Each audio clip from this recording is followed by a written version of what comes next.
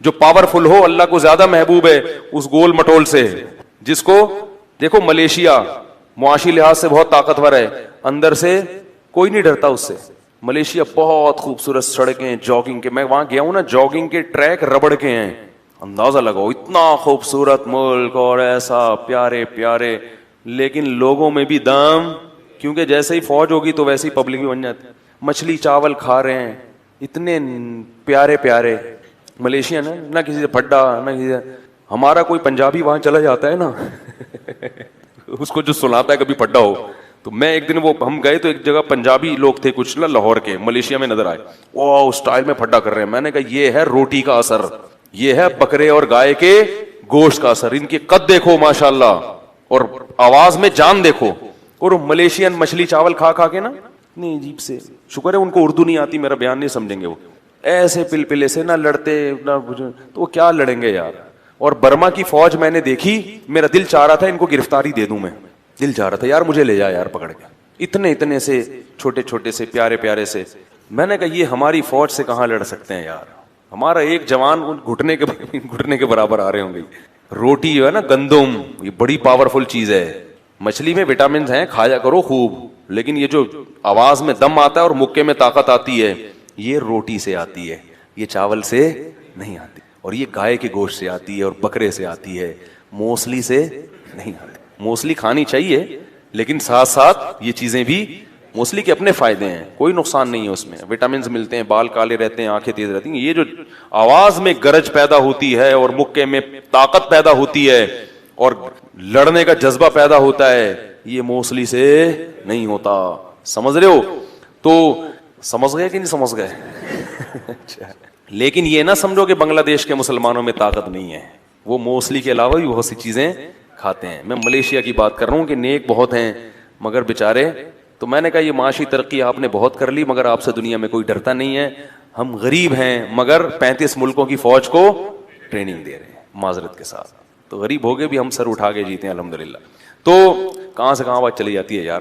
تو داؤد علیہ السلام جو تھے, وقت تھوڑا رہ گیا ہے, داؤد علیہ السلام, آپ کون سا پورے سال پکڑائی میں آؤ گے ہے بھائی, ابھی آئے ہوئے اور رمضان کی برکت ہے.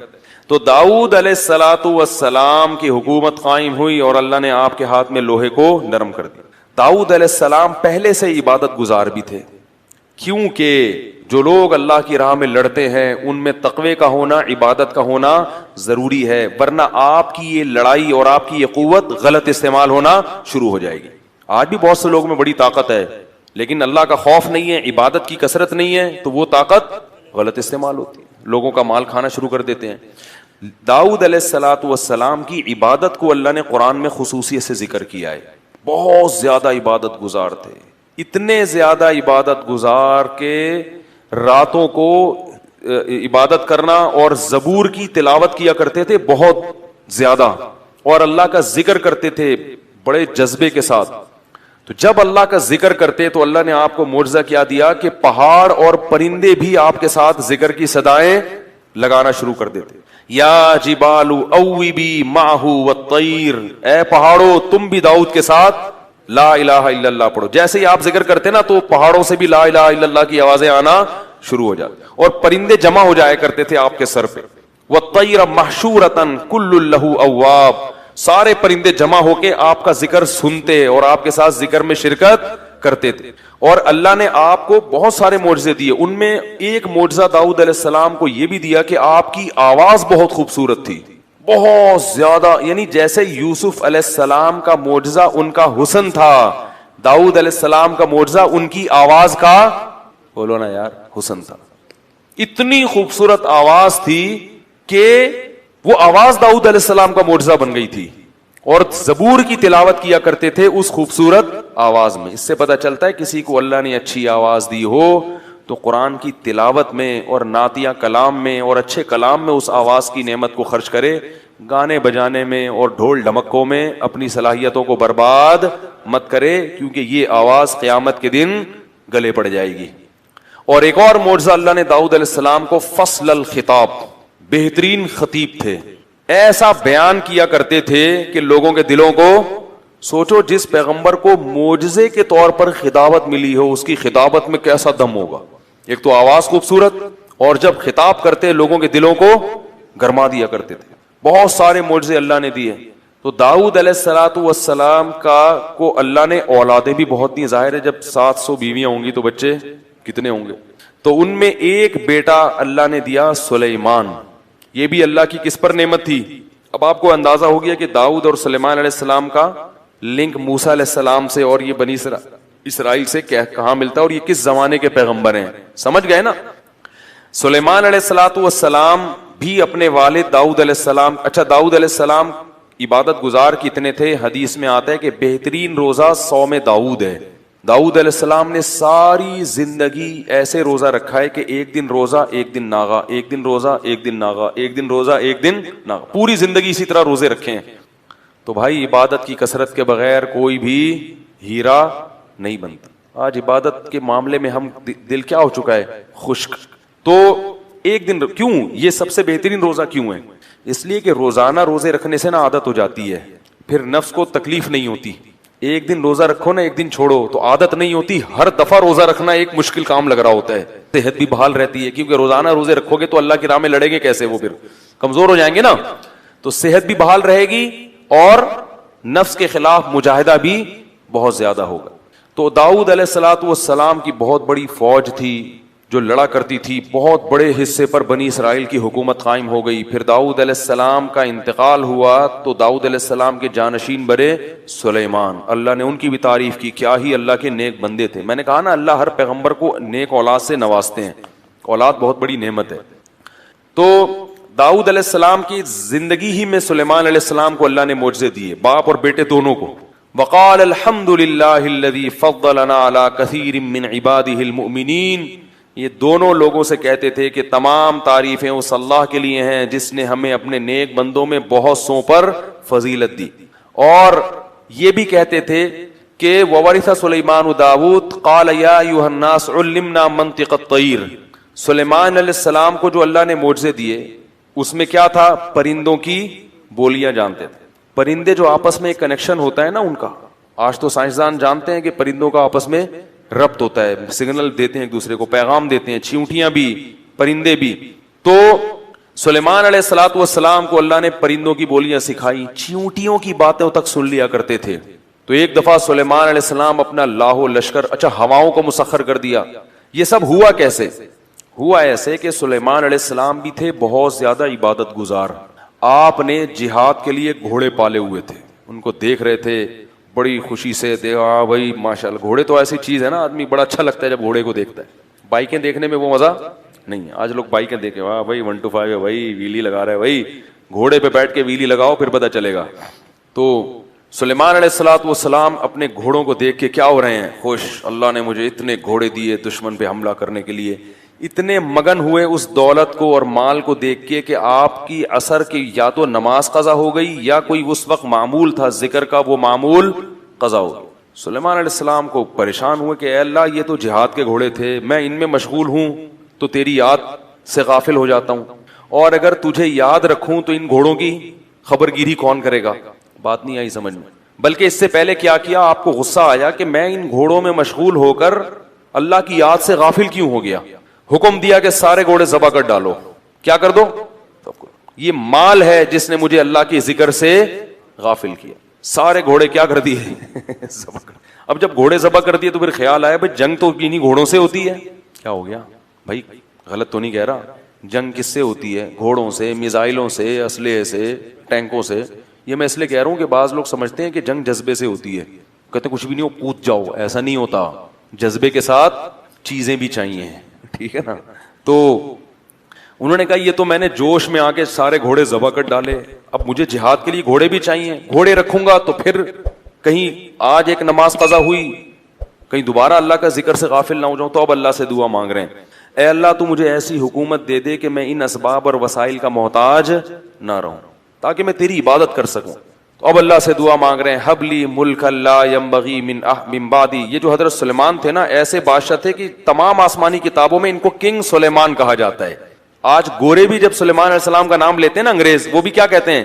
King Solomon. دیکھا ہوگا نا آپ نے. تو ان کی بادشاہت کے اتنے چرچے ہوئے کہ ان جیسا بادشاہ نہ کائنات میں کوئی گزرا اور نہ قیامت تک کوئی دوبارہ پیدا ہوگا. کیونکہ انہوں نے دعا مانگی, اے اللہ مجھے ایسی بادشاہت دے دے لا ينبغی لأحد من بعدی, کہ میرے بعد وہ کسی کو بھی نہ ملے قیامت تک. امریکہ بھی وہ بادشاہت نہیں دیکھ, خواب نہیں دیکھ سکتا اس. اللہ فرماتے ہم نے ان کی دعا قبول کر لی. فسخرنا له الريح, ہواؤں کو تابع کر دیا. بھائی ہوا جہاں بولو گے ہوا اٹھا کے آپ کو لے جائے گی. وہ جو سلیمان علیہ السلام کا تخت تھا نا, وہ ممکن ہے کوئی ہوائی جہاز ہو, کچھ بھی چیز ہو, بہرحال کس پہ چلتا تھا, وہ ہواؤں پر چلتا تھا. اور جنات کو تابع بنا دیا آپ کے, جو سمندروں میں غوطے لگاتے اور سمندر کی تہ سے ہیرے جواہرات نکال کے لاتے اور بڑی بڑی عمارتیں تعمیر کرتی. یہ جو احرام مصر ہے نا, این ممکن ہے سلیمان علیہ السلام کے دور میں جنات کی تعمیرات ہوں. تبھی تو یہ دنیا کا ایک عجوبہ ہے کہ بغیر جوڑ کے اتنی بڑی بڑی دیواریں پہاڑ کی چوٹی پہ لے کر کون گیا تھا؟ کرینے تو ایجاد نہیں ہوئی تھی, تو یہ پہاڑ کی چوٹی پر اینٹیں ہوتی نا تو ملا دیا ہوتا. آپ کہہ سکتے ہیں ہو سکتا ہے اس زمانے کے انسان اتنے بڑے بڑے ہوں, تو انسانوں کی جو لاشیں اس زمانے کی نکل رہی ہیں وہ اتنے بڑے بڑے نہیں. فرعون تو اتنا ہی ہے جتنا سب لوگ ہوتے ہیں. جو لاش ہے نا فرعون کی, تو عجوبہ اسی وجہ سے ہے کہ کوئی جوڑ نہیں ہے, کوئی اینٹیں نہیں ہے, تو اتنی بڑی بڑی عمارتیں لے جا کے پہاڑوں کے رکھی کیسے؟ این ممکن ہے, میں 100% نہیں کہہ رہا, لیکن این ممکن ہے یہ انہی جنات کا کام ہو. جن تو جن ہے نا, صحیح ہے نا. تو اللہ فرماتے ہیں کہ پھر وہ بڑی بڑی دیگچے بناتے, فوجی ان دیگچوں میں کھانا کھاتے. وقدور الراسیات, بہت سارے معجزے اللہ نے حضرت سلیمان علیہ السلام کو بھی دیے. اور خواتین سے پیش کی معذرت کہ سلیمان علیہ الصلوۃ والسلام کی 100 بیویوں کا ذکر تو صحیح ہے بخاری میں ہے, معذرت کے ساتھ. بھی ایک تھوڑا سا قصہ آ گیا درمیان میں. کتنی بیویاں تھیں سلیمان علیہ السلام کی؟ 100 بیویاں کم سے کم, جو صحیح ہے بخاری میں ہے. اس سے زیادہ کتنا تھی اللہ ہی بہتر جانتا ہے.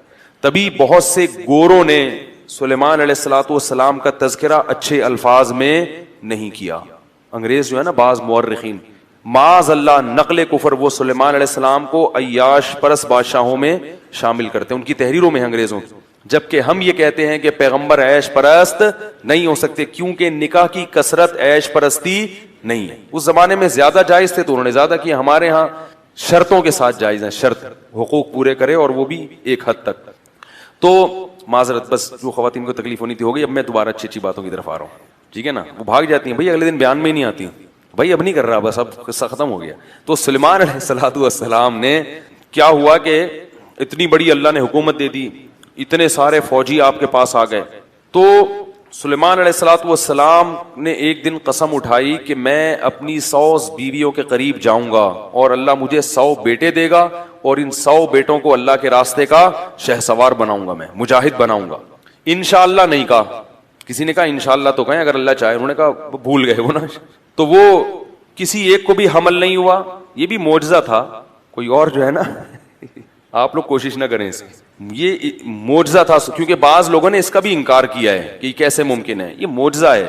لیکن انشاءاللہ نہیں کہا تو ایک زوجہ کو حمل ہوا اور اس سے معذور بچہ پیدا ہوا. سلیمان علیہ السلام کو احساس ہو گیا کہ یہ میں نے انشاءاللہ نہیں کہا تھا, اس کی سزا ملی. خیر انہوں نے دعا مانگی کہ اللہ مجھے ایسی حکومت دے, تو ہواؤں کو اللہ نے تابع کر دیا, جنات, اور یہ بڑی زبردست. تو اب سلیمان علیہ السلام نے ایجنسی کا کام پرندوں سے لینا شروع کر دیا. پرندے جاتے تھے مخبری کر کے, پرندوں کو تو کوئی نہیں روک سکتا نا, کوا آگے بیٹھا ہوا ہے سن رہا ہے بھائی کیا بول رہا ہے بھائی, تو کون روک سکتا ہے بھائی. تو سلیمان علیہ الصلوۃ والسلام ایک دن اپنی مجلس لگا کے بیٹھے ہوئے ہیں اور کہہ رہے ہیں ما لی الا اری الہدہد ام کان من الغائبین, مجھے کیا ہو گیا کہ ہدہد مجھے نظر نہیں آ رہا, یا وہ غائب تو نہیں ہے کہیں محفل سے. سے پتہ چلتا ہے کہ پیغمبر عالم الغیب نہیں ہوتے, عالم الغیب نہیں. وہ کہہ رہے پتہ نہیں یا غائب ہے یا مجھے نظر نہیں آ رہا, کیا مسئلہ ہے. پھر کہنے لگے اگر وہ غائب ہے نا بغیر پرمیشن کے, لأعذبنہ عذابا شدیدا, وہ ذرا آئے تو صحیح. اگر اس نے اپنی غیر حاضری کا معقول عذر پیش نہیں کیا سخت عذاب دوں گا, او لأذبحنہ, یا اس کو ذبح کر ڈالوں گا میں, یا کوئی غیر حاضری کی معقول وجہ بیان کرے. تو ابھی تھوڑی دیر ٹھہرے ہی تھے کہ ہدہد صاحب تشریف لائے اور اپنی رپورٹ انہوں نے پیش کی. وقت بہت زیادہ ہو گیا ہے, ہدہد کی رپورٹ انشاءاللہ اس بہانے آپ کل آ بھی جائیں گے. ہم جب بچے تھے نا تو وہ ادھر ادھر ڈرامے آیا کرتے تھے, اللہ معاف فرمائے ہم نے توبہ کر لی, لیکن اس میں ایک ڈرامہ آتا تھا, وہ کوئی تاریخی ڈرامہ تھا, شاہین. اس ڈرامے میں یہ دکھایا گیا کہ وہ جو بدر بن مغیرہ تھا نا، جو ہیرو تھا ڈرامے کا، اس کو لٹایا گیا، وہی اصل ہیرو تھا، اور تلوار سے نا اس کی گردن اڑانے کے لیے اس کو لٹایا، تو تلوار اٹھا کے جیسے ہی اس کی گردن کے قریب لائے، ڈرامہ اینڈ ہو گیا. اللہ بھائی، ارے بھائی 2 منٹ اور چلا دیتے یار، پتا تو چلے کہ گردن اڑی کہ نہیں اڑی ہے. بھائی وہ ڈرامے والے ایسا کیوں کرتے ہیں؟ ڈرامے والا یہ ڈرامہ کیوں کرتے ہیں؟ تاکہ لوگ کل اگلے ہفتے جب یہ قسط آئے گی نا، تو ہم پوری ہفتے نفل پڑھتے رہے، یا اللہ گردن نہ کٹے اس کی، یا اللہ یہ کٹ گیا تو پھر ڈرامے دیکھنے کا تو مزہ ہی نہیں آئے گا. تو کم بختوں نے کیا کیا، بالکل اس کی گردن کی جو ہے نا نوک پہ لا کے وہ تلوار وہاں لا کے ایک دم دی اینڈ کر دیا ڈرامے کو. تو بعض دفعہ بیان کو ایسے اسٹیج پہ لا کے اینڈ کیا جاتا ہے کہ اگلے ہفتے آپ